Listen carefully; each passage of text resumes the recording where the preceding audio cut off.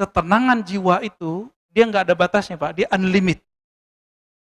Semakin besarlah sa itu, semakin besarlah waridnya. Jika melewati batas dirinya, baru itu nyebar ke orang di sampingnya. Apa maksud saya melewati batas diri? Kalau dia masih bisa nahan, air mata nggak berlinang. Badannya belum bergemetar. Tapi kalau sudah tumpah melewati batas fisiknya, air matanya berlinang. Kalau dia jadi imam, tiba-tiba dia terisak. Atau tiba-tiba dia baca Quran syahdu sekali, padahal bacaannya biasa-biasa aja. Suatu kali ketemu seorang guru, baca kulhu aja baca salahnya Pak. Tapi kolbunya, isinya adalah kul wallahu ahad itu. Allah Esa. Hanya Allah di kolbunya. Kita minta doa. Orang dari Jakarta datang ke sana. Minta, Tuhan tolong doakanlah kami. Beliau pandang saya. Yang jago doa mah Ar-Razi. Ya, bisa bahasa Arab dikit-dikit lah. Saya bilang, Syekh, yang diharap sekarang doa antum. Bukan doa saya udah kebanyakan. Dan banyak juga yang gak jelas. Terus gimana? Kita kasih isyarat. Langsung beliau buka. Baru baca bismillah Pak. Beliau bergemetar nangis. Semua yang hadir di tempat itu menangis. Padahal cuma baca bismillah. Kenapa bisa baca bismillah? Bikin getar. Beliau bergetar melewati batas matanya. Akhirnya mata semua orang pada nangis. Nah inilah hebatnya kalau ketemu sama ahli kolbu. Ini yang disebut oleh Imam Kusyairi. Kalau ingin mengobati kolbu, bertemanlah dengan orang soleh. Soleh itu bahasa Arab, bukan penampilan. Soleh itu kesamaan luar sama dalam, itu disebut soleh.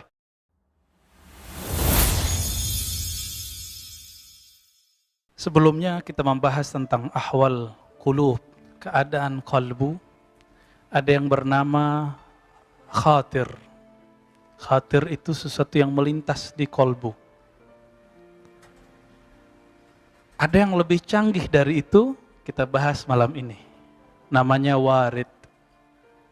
Apa namanya? Warid. Warid dari bahasa Arab, dari kata warada. Pernah mendengar istilah dalam ilmu hadis, asbabul wurud. Asbab wurud. Kalau Quran, asbab nuzul. Karena Quran dari Baitul Izzah, dari langit, turun. Maka disebut asbab nuzul, sebab turun. Nabi SAW fisiknya ada di bumi. Maka apa yang muncul dari kalam Nabi, apa kondisi sebelum Nabi berbicara, berbuat, disebut dengan asbabul wurud. Tapi itu istilah ahli hadis. Setiap ilmu ada istilah yang berbeda. Dalam ilmu qalbu, ada yang disebut warid, tapi sesuatu yang datang ke dalam qalbu. Dan warid ini pasti baik. Beda dengan khatir.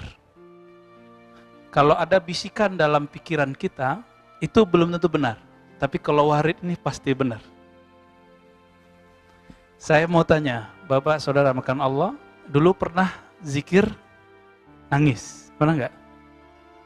Yang nggak pernah nangis, ya salam ya. Kerasnya hati kita ya. Itu gunung kalau hujan keluar Pak, mata air muncul. Bahkan di musim kering pun masih bisa memancarkan air. Kita setiap hari ketemu masjid, ketemu pengajian, buka YouTube, ketemu pengajian, tapi kok hati tambah keras? Apa yang masalah di situ? Maka kalau ada bisikan dalam diri, belum tentu benar. Ini rumusnya. Bisa jadi dari syaitan. Disebut was-was. Contoh. Kita ketemu orang, terus dalam hati, alirannya beda nih, pasti sesat nih. Nah itu was-was itu Pak. Ya. Atau ketemu orang yang agak soleh-soleh dikit, kita bilang, wah kayaknya wali nih. Belum tentu juga tuh. Ya, bisa jadi was-was dua-duanya. Ada yang disebut ilham. Ilham ini dari malaikat. Kita kan taunya ilham dari Allah. Enggak, Imam Kusyairi, imam ahli hadis dan ahli qalbu di zamannya mengatakan tidak semua ilham itu dari Allah. Tapi kalau orang ahli qalbu menyebut ilham, maknanya dari malaikat. Kalau dari Allah, namanya wahyu. Apalagi istilahnya, kalau dari Allah bisa juga disebut muhaddas. Muhaddas itu untuk wali, wahyu untuk nabi. Jadi bapak-bapak ini, itu kalau baca kisah Imam Syafi'i itu dapat muhaddas. Beda dengan muhaddis. Muhaddis itu baca teks, lalu muncul makna dalam pikirannya. Kalau muhaddas, nggak perlu baca teks, muncul makna dalam dirinya. Di dalam Al-Quran disebut ilmu laduni. Nabi mengatakan, jika ada di umatku yang begitu, Umarlah salah satu orangnya. Jadi Umar itu berpikir, coba kalau perempuan berjilbab ya. Turunlah ayat jilbab. Coba kalau begini, ada 3 ayat turun. Karena Umarlah yang bergumam. Jadi apakah duluan ke Umar atau ke Nabi? Kan Nabi yang dapat wahyu, kenapa Umar yang berkomentar? Nah, ini yang disebut muhaddas. Apa namanya? Muhaddas itu orang yang diajak berbicara oleh Allah, tapi dia bukan Nabi. Ini hadis sahih Bukhari dan Muslim. Ketika Utsman lagi duduk-duduk di rumahnya, ada tamu. Tamunya habis jalalatan Pak di pasar. Lewat pasar, Suq Madinah. Pasar Madinah. Jelalatan tuh mata orang. Sahabat Nabi mata jelalatan, apalagi kita. Ya, ngaku aja Pak, kita jelalatan semua ini. Ya. Ini mau sesoleh apa aja muka kita, pasti suka ngelihat yang bening-bening, cantik-cantik. Itu normal. Tapi kita diminta untuk di atas normal. Kalau salah, ngaku salah di hadapan Allah. Gitu. Akhirnya orang itu ditegur oleh Utsman. Aku melihat ada kegelapan di matamu, bekas dari mata jelalatan. Sahabatnya protes, mau bela diri dia. Apa kata dia? Wahai Utsman, apakah masih ada wahyu setelah Nabi Muhammad SAW? Apa jawaban Utsman? Tidak. Ini namanya firasat. Jadi firasat, khatir itu satu grup. Karena mereka terlatih kolbunya, bening jiwanya, maka apapun yang muncul ke dalam jiwanya biasanya benar. Jadi para sahabat itu selangkah lagi Nabi, tapi Allah tidak izinkan. Apa kata Allah kepada Nabi? Ya, dalam surah Al-Ahzab, ya, bahwa Nabi Muhammad disebut khatam. Apa arti khatam? Penutup. Maka Nabi mengikrar itu. La nabiyya ba'di. Tidak ada Nabi setelahku. Itu. Tapi apakah muhaddas masih ada? Ada. Sampai sekarang masih Pak. Kalau enggak kiamat dunia. Kalau tidak ada mereka, maka Islam ajarannya buntu, jadi kaku. Coba lihat hari ini. Jika Bapak, mohon maaf, Ibu, Saudara, Ikhwan Al-Filah, menemukan belajar agama kok kaku, itu kolbunya sepi dari kalam-kalam Allah. Meskipun dia baca teks tertulis. Nabi itu sahlah, disebut dalam hadis Imam Tirmizi, sahlah. Orangnya easy going, longgar. Enggak kaku. Dan ini udah sering kita ulang, dan saya ulang lagi. Seseorang bertanya kepada Al-Bara, wahai Bara, apakah wajah Rasulullah itu kaku seperti pedang, tajam, menyeramkan seperti senjata? Ini mohon maaf, perwajahan Islam hari ini apa? Kaku, kejam, menyeramkan. Itu perwajahannya yang dibuat di media. Siapapun tokohnya. Sepakat atau tidak sepakat kita dengan aliran tokoh ini, dengan manhaj aliran politiknya, itu urusan kita. Tapi emang semuanya begitu. Apa kata Bara? La, wajahnya seperti rembulan. Bulan enak dilihat atau perih dilihat? Enak dilihat. Maka Nabi disebut Al-Badar, ya, sang rembulan purnama. Bahasa makan Allah, Nabi itu ketika menyebutnya, para ulama pewaris para nabi, yang diwariskan bukan baca kitab. Karena Nabi tidak bisa baca kitab. Jadi kitab yang saya bawa ini bukan pencirian ulama, ingat. Pencirian ulama yang hakiki, kalbunya bisa koneksi dengan Allah Subhanahu wa ta'ala. Jadi mudah nggak nyebut orang ulama? Enggak. Jadi pakai kopiah begini, terus pakai gamis kayak saya, bisa jadi ulama? Belum tentu. Kolbunya muhdas atau tidak? Muhaddas atau tidak? Ya. Kolbunya pernah diajak bicara nggak oleh Allah? Dan dia merasakan kesadaran itu atau tidak? Para sahabat mereka terlatih. Terutama Ashabul Badar. Yang 313 orang itu. Makanya Nabi berani bersama mereka melawan kafir Quraisy. Kalau tidak ada bisikan itu, tidak ada power energi di luar batas manusia. Bayangkan Pak, kafir Quraisy tangguh-tangguh, senjatanya cukup melawan 313 orang yang kafir 1000. Ini lagi puasa, tanggal 17 Ramadan harus berhadapan sama orang yang tidak puasa. Logika bodoh kita mengatakan gak mungkin menang. Tapi logika muhaddatsun, logika orang-orang yang kolbunya bisa koneksi dengan Allah, tidak, beda. Ya. Nah, ini yang disebut matematika Allah, ya, al-hisab al-ilahi. Jadi penghitungan Allah itu beda, bukan hitung orang. Gitu. Maka ini kabar baik plus kabar buruk. Kenapa kita sebut kabar baik? Ternyata kita nggak usah takut meskipun kita sedikit. Tapi kabar buruknya, ya kita sedikit Pak. Gimana, siap nggak? Yang muda-muda nih ya, kalau umurnya panjang ntar nih. Siap nggak? Antum sedikit berhadapan dengan yang banyak. Sama-sama pakaian Islam. Sama-sama berserban nanti itu. Satu mengkafirkan, satu enggak. Nah, antum tahu siapa yang saya sebut? Maka siapa nanti yang akan menjadi Ashabul Badar? Yang hatinya penuh dengan rahmat Allah. Siapa yang nanti yang disebut musuhnya Islam tapi dari dalam? Yang di dalam kolbunya ada kebencian bahkan kepada orang yang baca la ilaha illallah. Hati-hati, ini saya udah kabarin begini udah lama. Dan ini akan muncul Pak. Cuma karena perbedaan politik orang nanti bisa bersimbah darah. Sekarang baru pakai mulut, verbal dan tulisan. Tinggal lihat saja nanti. Kita nggak mau mendahului takdir. Kita tunggu saja takdirnya. Dan ini sudah digariskan oleh Allah Subhanahu Wa Taala. Dulu sahabat Nabi dibunuh oleh Khawarij. Khawarij ini berserban Pak. Khawarij itu baca Quran, baca sunnah. Tapi dia mengkafirkan sesaudara muslim. Hati-hati. Siapapun yang mengkafirkan sesama muslim, maka dia musuh kita. Dia musuh kita. Apa kata Nabi? Fa'idha laqitumuhum faqtuluhum.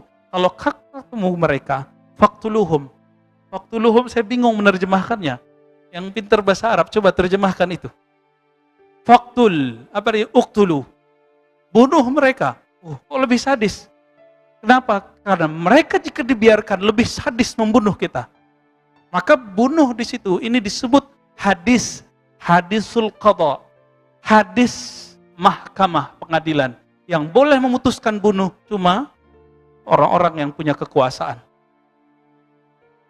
Jadi kita nggak boleh main bunuh-bunuh Pak. Ya, baik.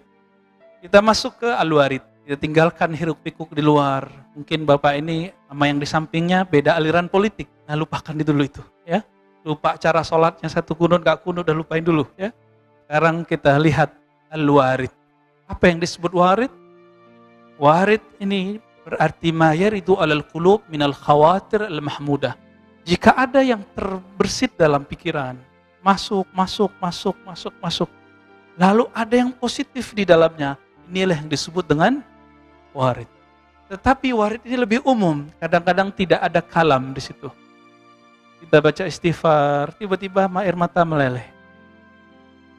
Bapak ibu ini pengen sholat khusyuk. Bertahun-tahun cari sholat khusyuk. Di saat lupa pengen sholat khusyuk, tiba-tiba tersentuh oleh takbirnya imam atau takbirnya seseorang. Atau tersentuh dengan kalimat yang dibaca sendiri. Tadinya lupa, pengen sholat khusyuk. Setelah mencari, datanglah warid itu tanpa dikehendaki.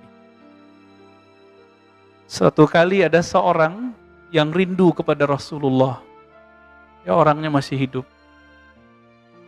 Rindu Rasulullah dan dia dapat hadis. Siapa yang mengucapkan salam kepadaku, Allah kembalikan ruhku, aku menjawab salamnya. Ini yang disebut Al-hayatu ba'dal maut. Nabi hidup setelah mati. Percaya Pak? Yang ngomong Nabi. Ya? Yang ngomong Nabi, percaya? Ini yang disebut oleh Imam Sidi Ahmad At-Tijani dalam kitabnya Al-Faidur Rabbani. Beliau dulu pernah belajar di Madinah. Lalu pindah ke Maroko. Orang Aljazair. Ahli hadis.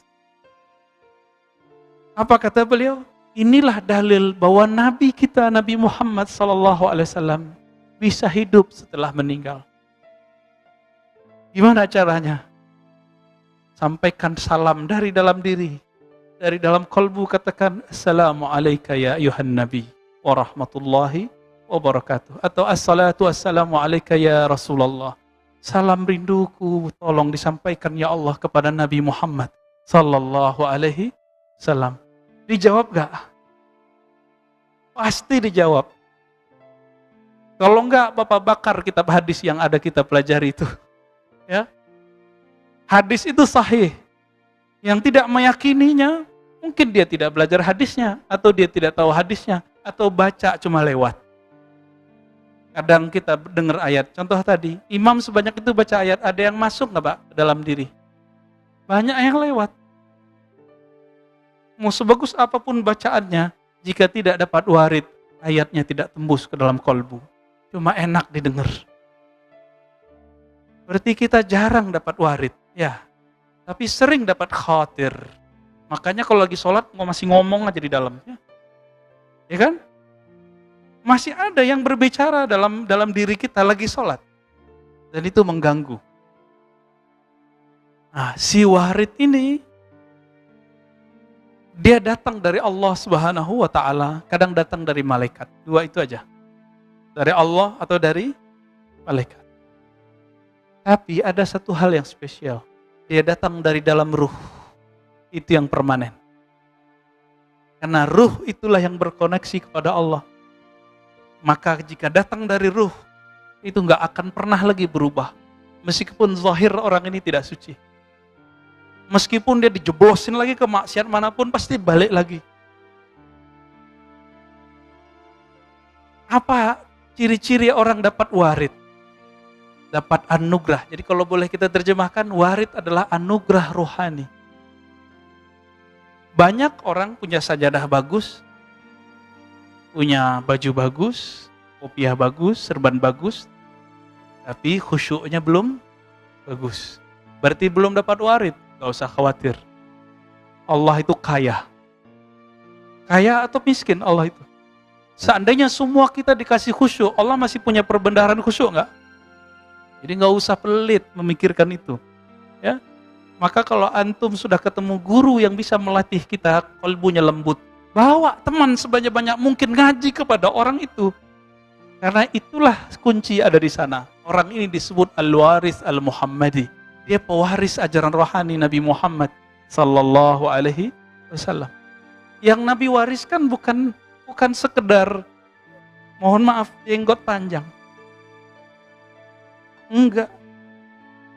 Nutup aurat iya. Serban iya.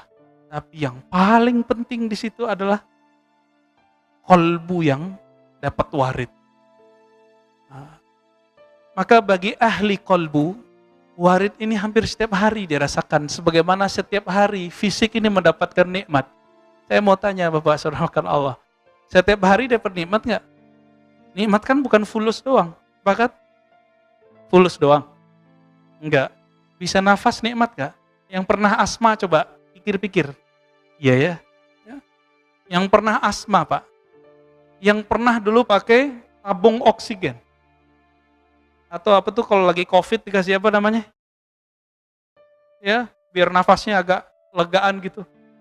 Ya, yang pernah merasakan itu nafas nikmat gak? Tapi nikmat ke badan. Saking seringnya kita dapat nikmat nafas, kita lupa kalau kita dikasih nikmat. Gitu. Maka Allah Ta'ala tegur, kalau kamu tidak ingat aku saat aku kasih nikmat, aku akan ingatkan kamu dengan mencabut nikmat. Pilih. Pilih yang mana? Sadar saat masih nafas atau sadar saat ngap-ngapan sakaratul maut?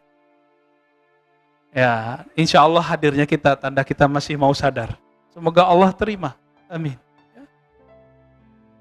Maka bagi ahli qalbu, khusyuk itu bagi mereka itu sudah setiap saat, udah biasa sekali. Kenapa? Setiap takbir dia sudah merasakan nikmat. Setiap baca Fatihah itu seperti orang bercengkrama dengan Sang Maha Kekasih. Coba ngobrol sama kekasih seneng nggak? Kita kalau udah seneng orang kita ajak ngopi, ngafe. Sekarang kan Indonesia lagi berjamur kafe. Walaupun lagi COVID, D-nya hilang Pak. Ya kan? Berubah jadi I, coffee. Gak bisa nggak. Dan Tangerang Selatan paling unik. Orang Jakarta Selatan pada kesini semua Pak. Sampai jam 12 nggak tutup. Ajib ini Tangerang Selatan. Dan bagi saya ini sangat waras ya. Manusia emang orangnya suka sosialita. Kita sedang bertemu, sedang ngumpul, sedang ngobrol. Itu manusia. Selama COVID kita nggak jadi manusia Pak. Selama shock 3 bulan, 4 bulan, 5 bulan pertama, kita nggak manusia lagi. Ketemu nggak salaman. Kayak curiga sama orang, wah ini dia bawa virus nih. Virus. Manusia macam apa itu? Ya. Cukuplah COVID itu mengenai fisik kita, tapi jangan mengenai kolbu. Berarti warid tertunda. Maka mohon maaf ya, itu rumah saya walaupun nggak besar, semenjak COVID pertengahan Ramadan sudah buka pintu Pak. Nggak ada lagi pakai protokol. Nggak ada tuh aman-aman aja alhamdulillah. Ya, tapi kita nggak takabur, kita tetap jaga diri ya. Selesai kita cuci tangan segala macam. Mohon maaf Pak ya, masjid ini karena jaga image ya, udah jaga aja dulu. Ya, ini ya biarin aja deh Pak.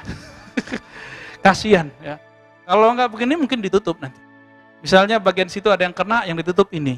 Maka ini tetap biarin begini dulu. Jadi Allah itu sedang mempersiapkan kita sekarang untuk tidak takut dengan ketakutan yang lebih besar setelah ini. Bukan nakut-nakutin Pak ya. Tapi kapan waktunya saya tidak tahu, hanya Allah yang tahu. Karena Nabi SAW mengatakan setiap zaman akan bertambahlah fitnah, kekacauan, ketakutan. Kalau nggak kuat minta nyawanya diambil Pak, insya Allah diambil sama Allah. Tapi kalau mau jadi pejuang akhir zaman, ya latihan warid, biar nggak salah pilih guru nanti, biar nggak salah pilih pemimpin imam nanti, imam rohani. Warid ini, orang yang punya warid, dia akan menemukan al-imam akhir zaman. Tapi kalau nggak punya warid, antum emosi lebih banyak, ya. Suka nyerang orang lain, suka mencari kesalahan orang lain, beda sedikit hantam dengan verbal, hantam di status-status sosial, sosmed, gak dapat warid. Baru warid mau datang muncul kalimat kotor. Mau ustadz dia, mau kiai dia, mau sholat 1000 rakaat tiap hari. Kalau antum memelihara kalam-kalam kotor dalam ini, gak dapat warid. Gak akan dapat. Gimana baru muncul dia kacau lagi.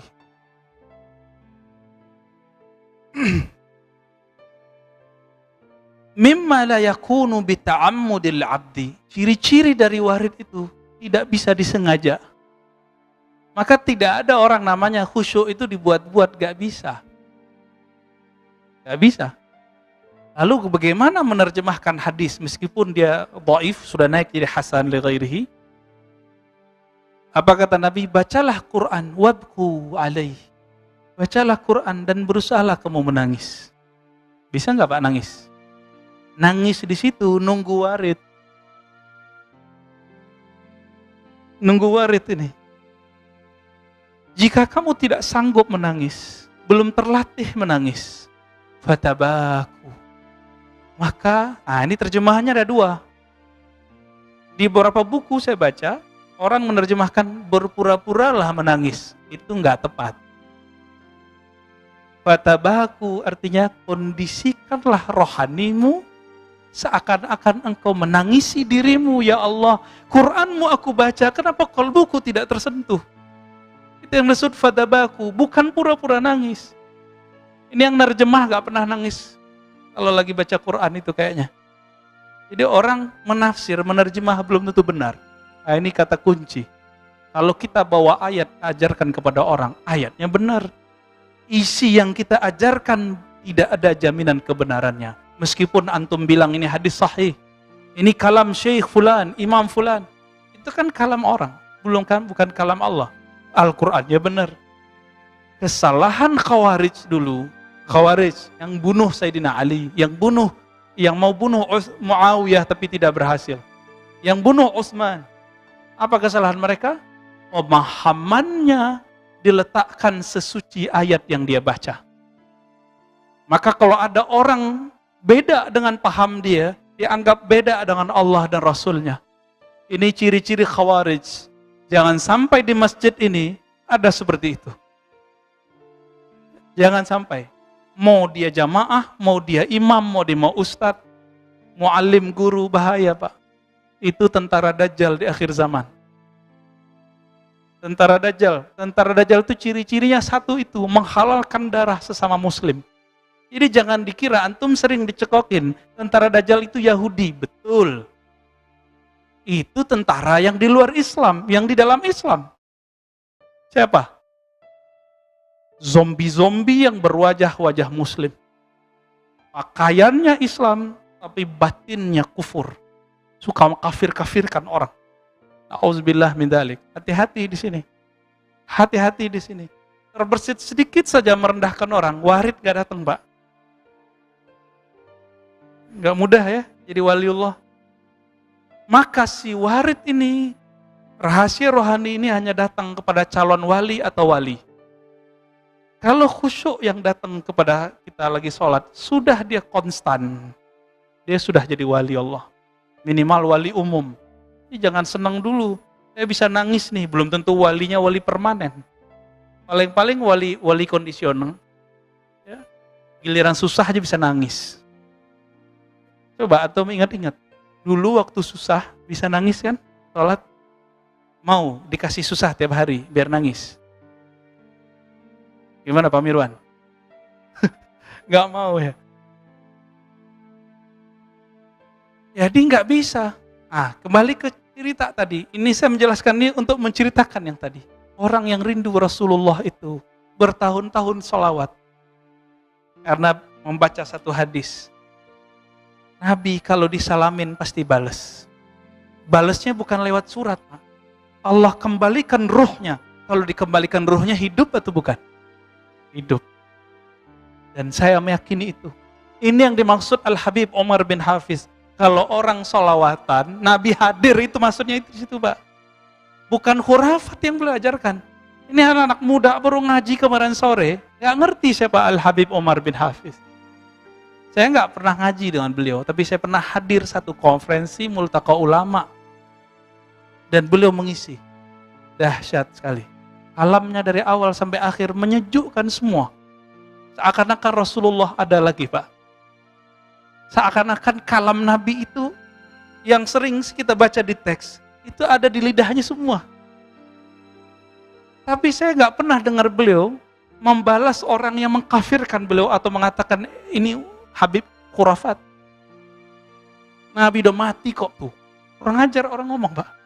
Jadi bagi saya kalau orang bilang Nabi mati, bagi saya udah su'ul adab. Walaupun betul Nabi sudah Allah angkat.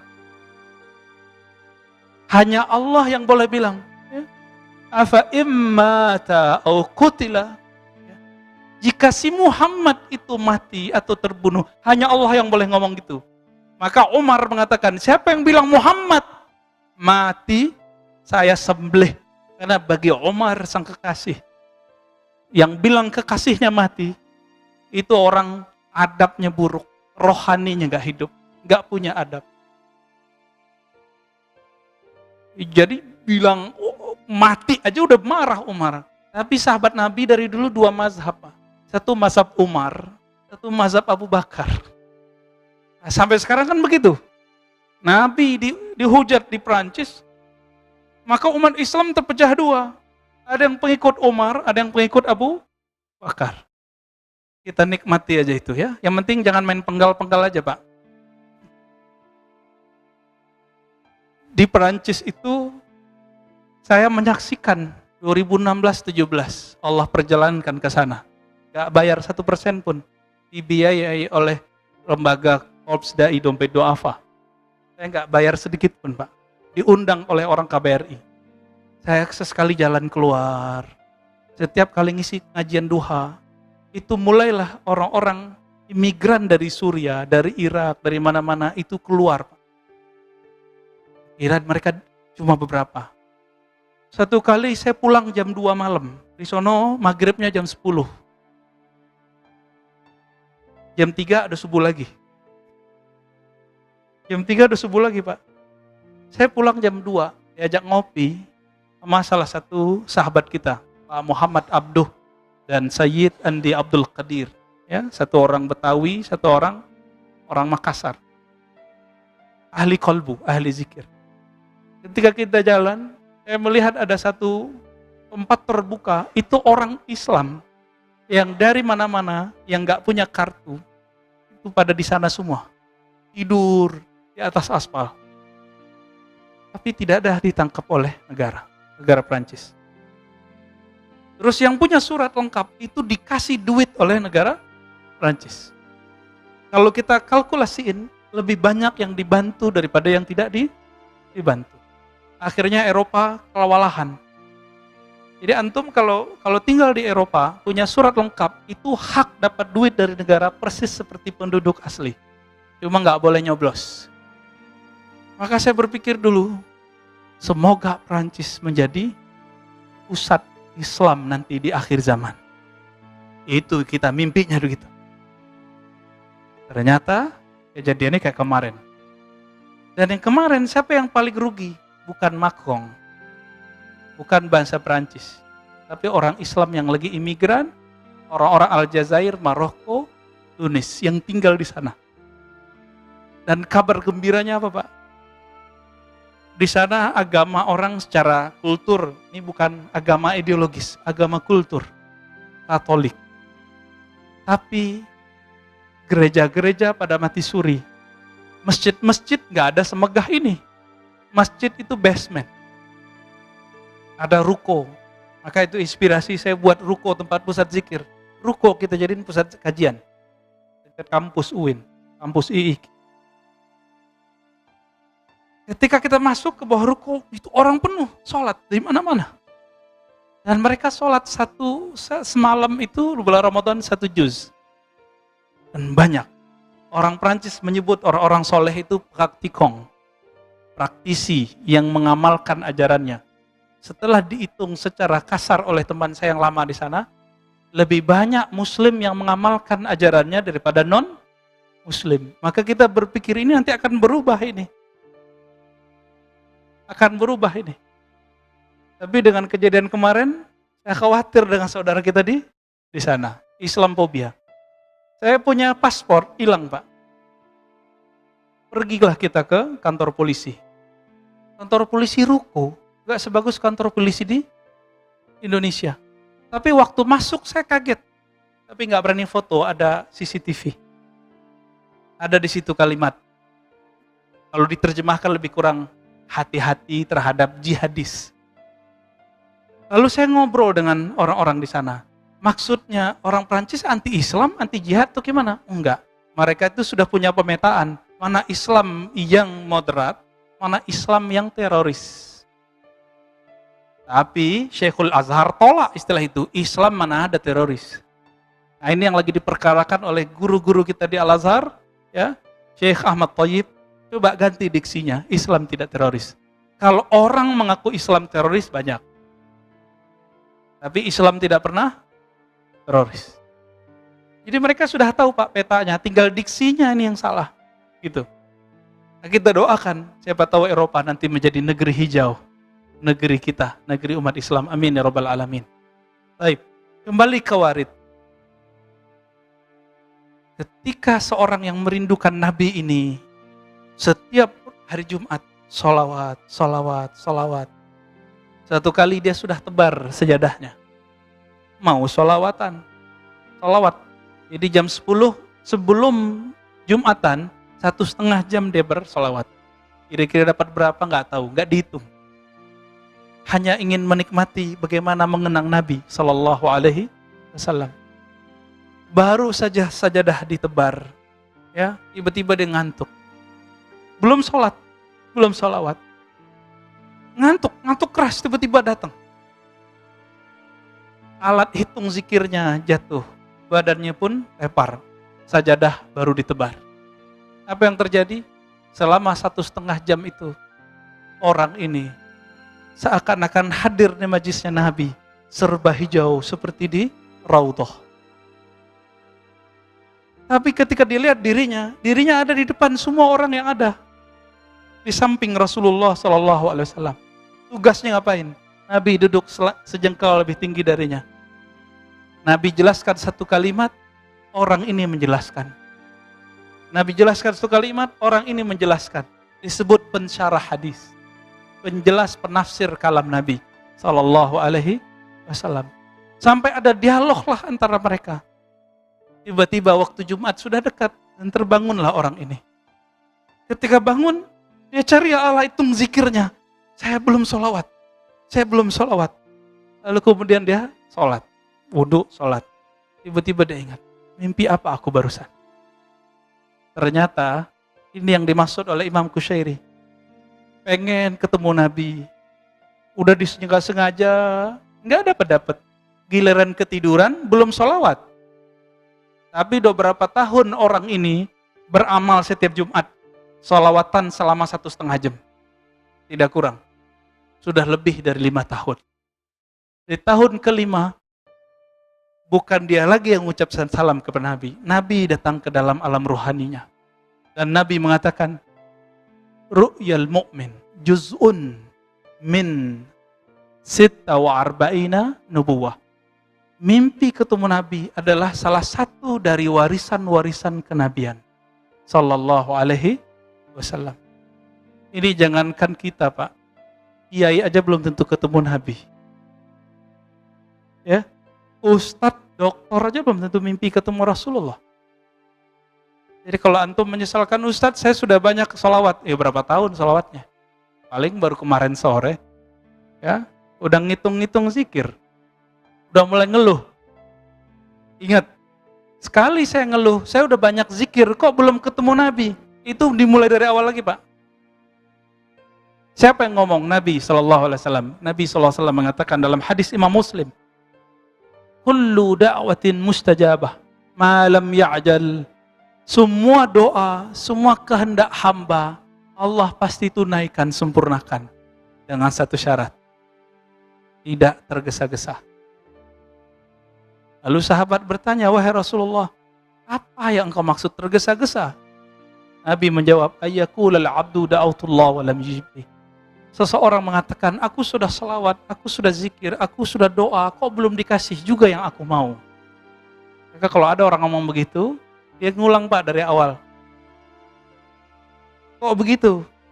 Itulah hukum rohani. Setiap hal ada hukumnya. Setiap ilmu ada disiplinnya. Ya. Maka beliau mengatakan, kadang-kadang warid itu ada yang berupa waridu sururin. Kadang-kadang kalau orang zikir, salawat, tiba-tiba ada rasa bahagia di hati. Itu ciri-ciri kita sudah dapat warid paling ringan. Inilah yang dimaksud ayat ala bidzikrillahi tatma'innul qulub. Ketahuilah, jika engkau menyebut nama Allah, kalbumu tenang. Yang merasakan ketenangan sudah dapat warid. Gampang toh? Tapi waridnya baru sederhana. Ketenangan jiwa itu, dia nggak ada batasnya, Pak. Dia unlimited. Semakin besarlah saat itu, semakin besarlah waridnya. Jika melewati batas dirinya, baru itu nyebar ke orang di sampingnya. Apa maksud saya melewati batas diri? Kalau dia masih bisa nahan, air mata nggak berlinang. Badannya belum bergemetar. Tapi kalau sudah tumpah melewati batas fisiknya, air matanya berlinang. Kalau dia jadi imam, tiba-tiba dia terisak. Atau tiba-tiba dia baca Quran syahdu sekali, padahal bacaannya biasa-biasa aja. Suatu kali ketemu seorang guru, baca kulhu aja baca salah aja, Pak. Tapi kolbunya, isinya adalah kul wallahu ahad itu. Allah Esa. Hanya Allah di kolbunya. Kita minta doa. Orang dari Jakarta datang ke sana, minta, Tuan, tolong doakanlah kami. Beliau pandang saya, yang jago doa mah Ar-Razi, ya bisa bahasa Arab dikit-dikit lah. Saya bilang, Syekh, yang diharap sekarang doa antum, bukan doa saya udah kebanyakan, dan banyak juga yang gak jelas. Terus gimana? Kita kasih isyarat, langsung beliau buka. Baru baca bismillah Pak, beliau bergemetar nangis, semua yang hadir di tempat itu menangis. Padahal cuma baca bismillah. Kenapa bisa baca bismillah? Bikin getar. Beliau bergetar, melewati batas matanya, akhirnya mata semua orang pada nangis. Nah, inilah hebatnya kalau ketemu sama ahli kolbu. Ini yang disebut oleh Imam Qushairi. Kalau ingin mengobati kolbu, bertemanlah dengan orang soleh. Soleh itu bahasa Arab, bukan penampilan. Soleh itu kesamaan luar sama dalam, itu disebut soleh.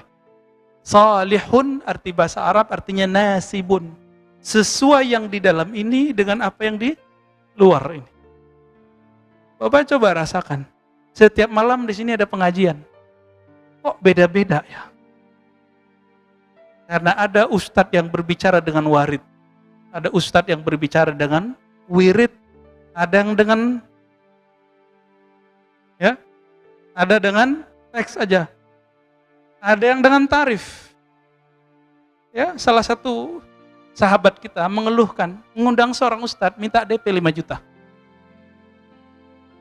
Ya, kecil sih Pak bagi orang berduit.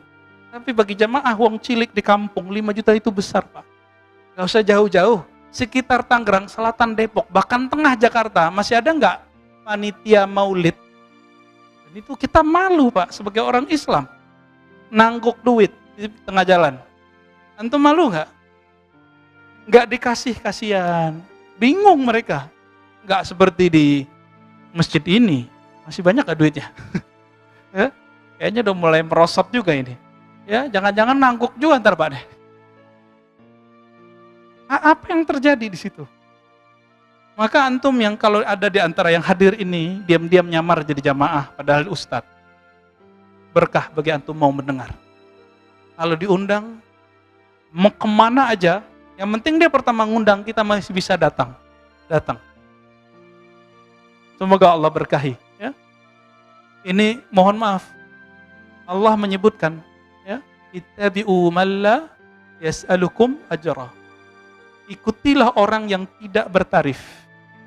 Karena mereka yang disebut muhtadun, orang-orang yang dapat hidayah, warid.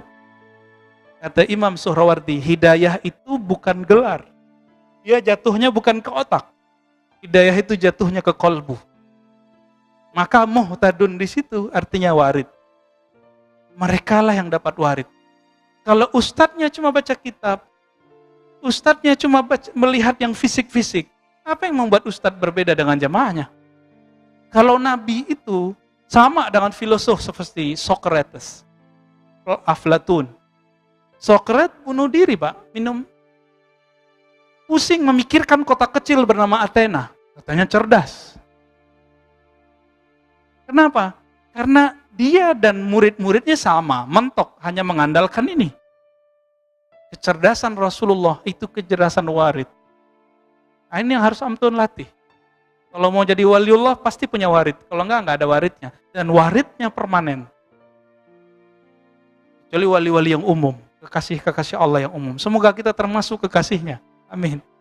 Apalagi bentuk warid. Waridu huznin. Kadang-kadang ada rasa sedih, terenyuh. Kadang-kadang waridu qabdin. Kayak ketakutan. Pernah zikir terus tiba-tiba merasa takut?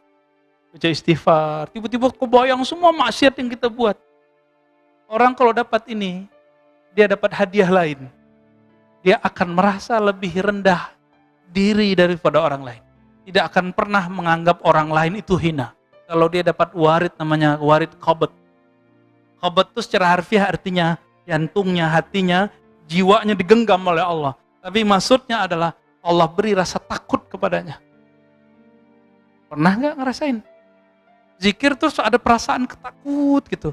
Itu bukan setan, Mbak. Cuma karena antum gak punya guru rohani, dikira itu setan. Ya, ada teman kita mengamalkan zikir. Jadi zikir itu ada yang umum, seperti obat, ada obat yang bisa dibeli di Indomaret, di warung-warung kelontong. Ada obat yang harus pakai resep dokter. Zikir itu ada yang jadi obat, ada yang menjadi nutrisi. Kalau dia zikir obat, dia harus diresep oleh ahlinya. Itulah rahasianya kenapa muncul angka-angka dalam zikir. Nabi ajarkan angka-angka itu. 33, 70, 100, bahkan lebih. Abu Hurairah mewiridkan jadi nutrisi 12.000 setiap malam. Sudah jadi nutrisi, bukan jadi obat lagi. Karena kolbu Abu Hurairah beres. Dicobalah oleh beberapa teman kita. Dari dulu kita ketemu teman begitu. Bukan 1-2 orang. Ya, semenjak saya dulu di kampung saya sampai di sini. Mengamalkan zikir yang harus diresepkan oleh guru disebut ijazah. Disebut talqin zikir. Dikamalkan tanpa izin. Apa yang terjadi? Datanglah warid qabat. Warid apa tadi? Rasa takut. Bergetarlah badannya. Dia kira itu syaitan. Akhirnya muncullah. Ada salah seorang ibu-ibu dulu mengatakan, ajaran Ar-Razi, ajaran setan. Masa saya mau sholat badan saya merinding? Loh, saya belum izinin dia ngamalin itu? Dia amalin. Ya? Kita nggak kasih resep, Pak. Dia coba-coba. Itu kejadian. Ya, kejadian. Wawaridu bastin, terkadang warid itu bast. Hati dilapangin, rasa husnuzon aja sama orang. Semua orang dipandang baik. Nah, ini bast. Dunia kak lapang gitu. Bahkan beliau mengatakan ila ghairi dzalika minal ma'ani. Ada warid-warid yang lain. Rasa khusyuk. Itu Fatihah, Bapak kalau dapat warid nih tiap kali sholat. Warid yang di subuh itu beda Pak sama zuhur. Kalau ngerti ilmu ini. Kita belajar Fatihah dulu waktu kecil, udah tahu terjemahannya, tahu tafsirnya. Tapi kalau dapat warid nanti beda-beda makna.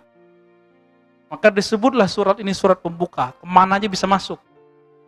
Mau ke ayat tauhid masuk. Mau ke ayat doa masuk. Ayat akhlak masuk semua. Itu Al-Fatihah. Ini yang disebut warid. Nah, Bapak Saudara kan Allah, jika ingin memelihara nur di kolbu itu, maka sebagaimana kita untuk sholat fisik punya guru, baca Quran yang fisik berguru, bener gak? Kalau enggak pernah bisa enggak tanpa guru lalu bisa baca Quran? Itu fisik Pak, ada kertasnya, ada hurufnya. Diri kita ini separuh adalah alam gaib. Kalau enggak punya guru mengarungi alam gaib itu, kira-kira jadi apa? Jadi Ahmad Musodek Pak, Amalia Eden. Atau ketakutan. Makanya kita udah lihat di luar-luar sana, mohon maaf. Banyak orang belajar zikir, salah niat. Dan yang paling mengejutkan saya, yang paling penakut itu di luar sana, itu orang-orang yang belajar zikir-zikir begini. Tukang debus, zikir pelet, ya. Itu orang-orang begini, sering merasakan ketakutan yang gak jelas. Berarti dia bukan dapat warid. Ya, dia dapat was-was syaitan. Was-was syaitan. Nah, hati-hati. Jadi bagaimana cara mendapatkan wirid? Dapat warid? Hanya 2. 1, bergurulah kepada ahli wirid. Apa arti wirid? Orang yang istiqomah berzikir. Karena Allah Subhanahu wa ta'ala. Bukan untuk pelaris, bukan untuk pelet. Nah, ini disebut ahli wirid. Yang kedua, tiru apa yang orang itu punya. Apa yang dipunya oleh ahli wirid? Wiridnya. Maka yang kedua, hendaklah seorang kita punya wirid. Masih ingat tadi arti wirid apa? Zikir-zikir yang diistiqomahkan. Nah, kabar gembiranya dari Imam Ibnu Athaillah As-Sekandari, ciri-ciri orang dapat anugerah rohani, dia sudah mulai merutinkan satu amalan. Ini saya kasih amalan sederhana aja Pak. Sudah ngamalin witir tiap malam belum? Belum? Sebagian udah ya. Coba mulai malam ini secapek apapun, walaupun 1 rakaat, walaupun cuma Fatihah, jangan lupa sholat witir. Kalau ketiduran, kecapean, ganti besok. Karena ciri-ciri orang punya wirid, ketika ketinggalan target-targetnya di malam hari, dia ganti di siang hari. Dalilnya ada dalam Sahih Bukhari dan Muslim. Ya, bahwa Nabi SAW ketinggalan wirid malam, melakukan ba'da subuh atau sebelum zuhur. Udah, amalin itu ya. Sholat witir. Semoga kita menjadi hamba yang dicintai Allah. Innallaha witrun yuhibbul witra. Allah itu witir, mencintai pelaku pelaksana sholat witir. Allah maja'alna mimman ahabba ilaik. Ya Allah, jadikan kami orang yang mencintaimu. Masukkan ke dalam diri kami nama-namamu, sifat-sifatmu, dan beri kami cahaya sehingga kami dapat menikmati warid-warid rohani darimu. Rabbana atina fid dunya hasanah wa fil akhirati hasanah wa qina adzabannar. Wa sallallahu ala nabiyina Muhammad walhamdulillah. Assalamualaikum warahmatullahi wabarakatuh.